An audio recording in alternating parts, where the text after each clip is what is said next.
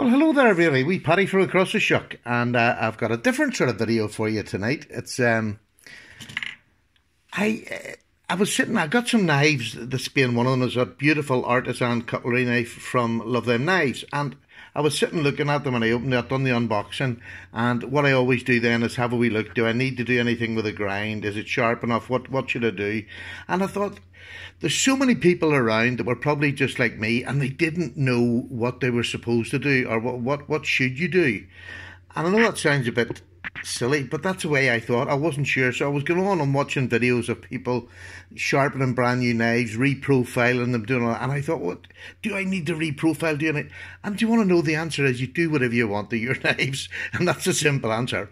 But my video tonight's not to tell you what to do, it's just to give you an option, and this is the option that I take. Now, I'm not a collector of high-end knives that I keep in a case, bring them out and look at them, and that's a brilliant way to do it. I'd love to be able to do it. I don't do that. That's not me. Do you know what I mean? I don't collect knives. Well, I do collect knives, but they're not collection pieces.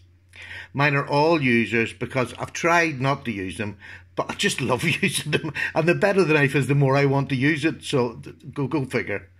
But so what I do is when I get a knife, and I get a beautiful knife that gets given to me, it's lovely. Check the knife, I go through all the normal things, and then the most important thing is to have a wee look at the grind. Now, basically, without even a close-up, look at the size of the grind on that knife, there, and then the other side.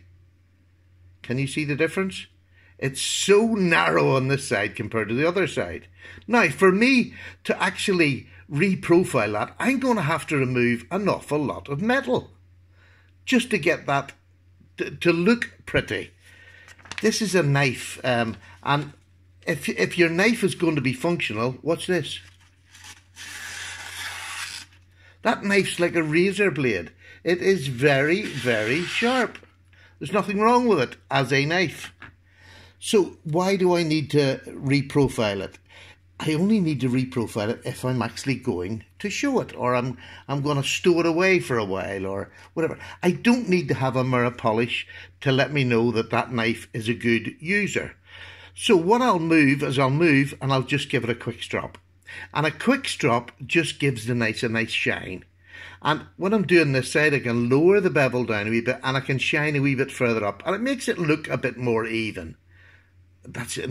It doesn't really, because in my head I know it's there. But for me, it's only me that's going to notice it. I'm going to use it. So as long as it's sharp, and I like my knives really sharp, that's a really sharp knife. So there's no worries. I have no fear with that knife whatsoever.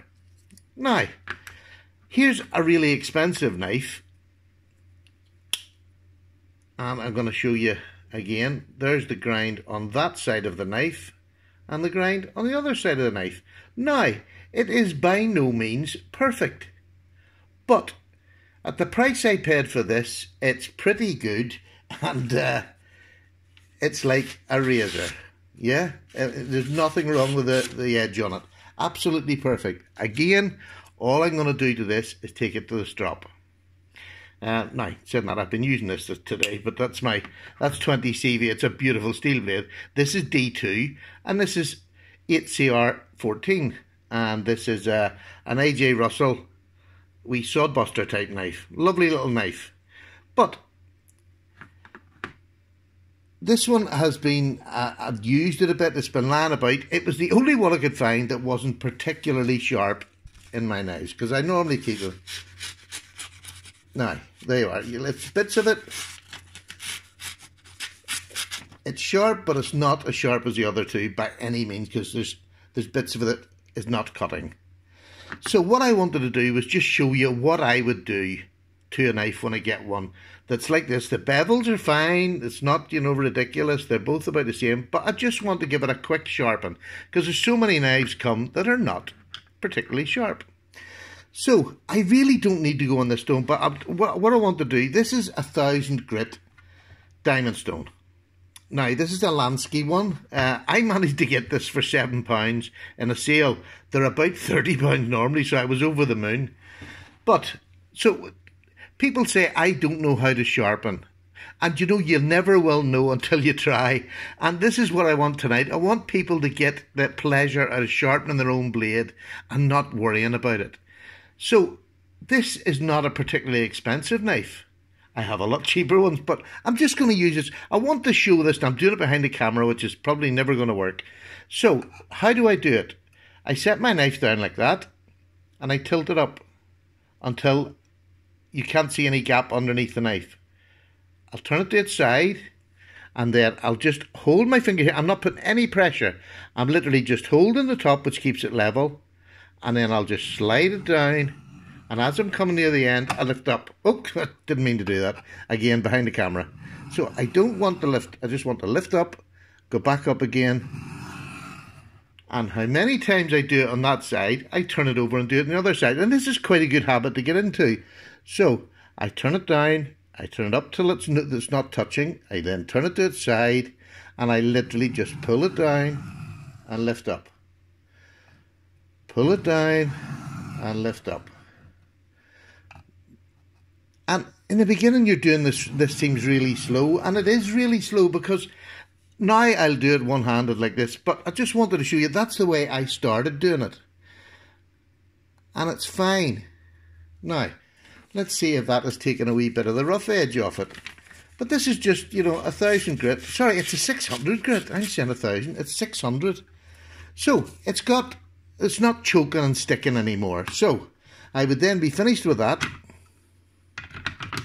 I want to have a little bit of that. And then I go on to this is the stone I rave about. I absolutely love this. I'll use this more than any of these fancy stuff, any of my fixed sharpening things, any of my whetstones. This is the one I'll use mostly because I never normally let my knives go completely dull, so this does everything.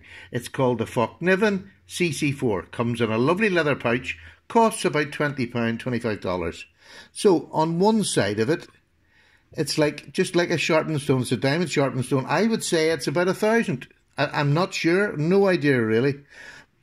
So what I do is I just do the same again. I get that, lay it down, lift it up, get it rocking, and then down I go. 1, 2. Now, you can roll it back up again, but I'm just showing this for just somebody who's maybe around and who's a bit frightened of sharpening. There it's in. Get it rocking. Get it rocking. And all I'm doing is just taking the rough edge off the knife. Again, before I move on to the next part of it, I'll just check my sharpness because sometimes you can blunt it. Now, can you see that? Now these are just wee small strokes I'm doing. They're not. This is why it's so easy if you just take your time and do the simple things right.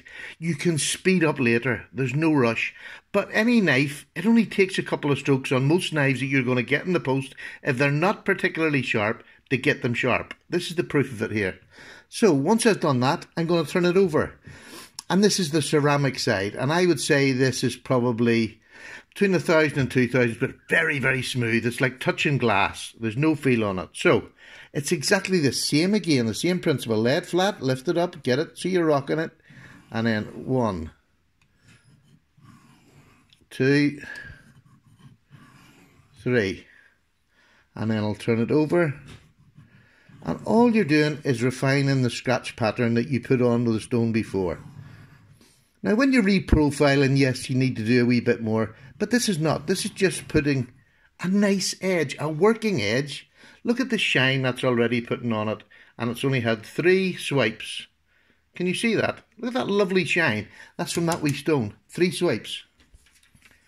Now, is it still sharp? Look at the difference between that knife and when we started. And I'm so glad I've done this in front of you because it does work like this every time. It's not as if it's a secret. All right, yes, this is 8CR13, 8CR14, and these are, you know, heavier steels. Well, you might have to do 10 swipes to get that sharp to move on to the next one. And that's okay. You just do whatever it takes. But if you do it slowly, first of all, then it works. So we're finished with this. We're finished with this. It's taken us no time. My talking would take longer than what I'm doing. I would be finished now in a way. Now, this is my secret at the moment. And we all have little, like knife pivot lube is the oil at the minute. I love it. and I'm excited about it. This, to me, is the next great thing. There you go. It's called Smurf Poo, and it's Ball they make it, and it's honing and stropping compound. And this is a cream. I have absolutely no idea what the diamond content is in this. None whatsoever. It does say that, well, no, I'll not even bother. Right, so you just get a wee bit. You're supposed to put gloves on, but it'll hardly worry me. So all you do with this is cover your strop, and I was doing my knives last night, so I know it needs a wee bit of a... I would do about 3 knives and then put another bit on, but it's little. And often, if you like, that's what they say in there. And it's true, it doesn't take very much at all, and it goes a long way. And all you're doing is rubbing that in, and that's going to give you a base of diamond that's going to strop your knife. And what that stropping does is give you the lovely edge, and it'll not give you maybe the complete mirror edge, but it gives you an edge that works, that does good. You know, it just simply does good. So, there we go. It doesn't have to be a master art piece. Now, this little jar, I think I paid about £4 for it or something, £3 or £4. It's a tester jar to let you see whether you're going to like this paste. It will last me months, this wee tiny thing, so it's not expensive. A lot of these other pastes are sort of £10 for a wee tube with 2 milligrams in it, you know, and that's just wildly expensive in my eyes for a bit of sharpening, because, I mean, you can go and buy Flitzering and use that on this. But I always use the Smurf Poo, as you know, the solid block. So when I seen this in the cream, I thought, well, let's just try it. You give it a couple of seconds and you'll see it sort of drying in and disappearing into the thing. It's not flaky. Well, not very flaky. If you let it dry without stropping, it might flake. You might get a wee bit of dust come off it. But that's fine. It's not a problem. I'm just going to go ahead now. Normally I would leave it for 10, 15 minutes and, well, start on this side. So, what I'll then do then is I just give my knife a wee strop. And it's literally start there. You can do it like this, up and along. Down, up and along. It's very hard to do behind the camera. And you can see how much this is taken off. Now, it's not a coarse, and it doesn't leave it coarse. It actually leaves it very, very smooth. But look at that. Can you see that? That really is taking that remainder of the steel away. That's just, it's like the burr. Although I don't look for a burr in a wee small sharpening like this. Now, I know people are going to shout at me and do whatever. When I'm reprofiling, yes, I use my markers and I look for the burr and I'll switch it over. But when I'm doing just a wee quick sharpen like this here, I just do the same each side, because I know the angle's already there. The angle mightn't be right, but it's there that makes the knife, you know, it's there and the knife is sharp enough. All I'm doing is going to refine that wee angle, so if I do the same on each side, it generally works out all right. And then after I've sharpened it 3 or 4 times, I brought that really obtuse angle down, that when I reprofile, I don't have to take so much blade off, or so much metal off, I should say. So there you go. There's a couple of wee strops, and hopefully it'll just show you how much of a shine you can get on a knife very, very quickly by using these really simple things. Now, I think you can actually see that, can't you? Look at the gleam off that. Now, is it a mirror edge? No, it's not a mirror edge, but do you want to know? It's all right. It's pretty good. It's pretty shiny. And I'd be happy to show somebody that anywhere. You know, people that know I'm a knife sharpener, that's sharp and it looks sharp. Now, look at that. It is a complete razor blade, and it literally only took, what's this? I don't know how long this video is, but it just goes you to show that, you know, you get knives and they come through the door, and when you're just around it, oh, help, what do I do? What am I supposed to do with this? If you're somebody who wants to show your knives in a glass case, yes, by all means, mirror polish them. They're your knives. Get them looking as best you can. And if I had an open-fronted mirror, I would have mine mirror finished, even if I wasn't a collector. If I had them showing out, mine are not. They're in a roll or in the desk. So there's no need for them to be mirror finished. For me, that's mirror enough. Do you know what I mean? That's mirror enough. I could put that up on front of paper and you'd be able to see the paper. He says, just to prove a point. There you are. Can you see that? There you are. You can see that. I mean, it'll show the paper up. It'll show the writing on the bottom of it. You see? So that's good. And that took me minutes. So if you can do that with the knives that you're coming in, whether they're Ganzos or they're Hinderers, when you get it, first of all, that small little, where is it now? Oh, my CC4. I really just can't recommend this enough. And I don't get anything from them. I have used these from the right. These are, the CC4 is just new, but I used the DC4 for years when I was bushcrafting from a bushcrafting knife. They are just, and they last for years. To clean it, to take your muck off it, and that's just a rubber, is all I use. I give it a quick rub with the rubber, a quick rub with the cloth, and that's her ready for the next time. Not spotlessly clean, but it's good enough. So, I hope you enjoyed that. I'm not sure whether it's of any use to somebody, but it just shows you that if you've never hand sharpened, there's nothing to be frightened of. Just practice. Do it slowly. Get an old knife and just spend an hour just sitting until you get it right.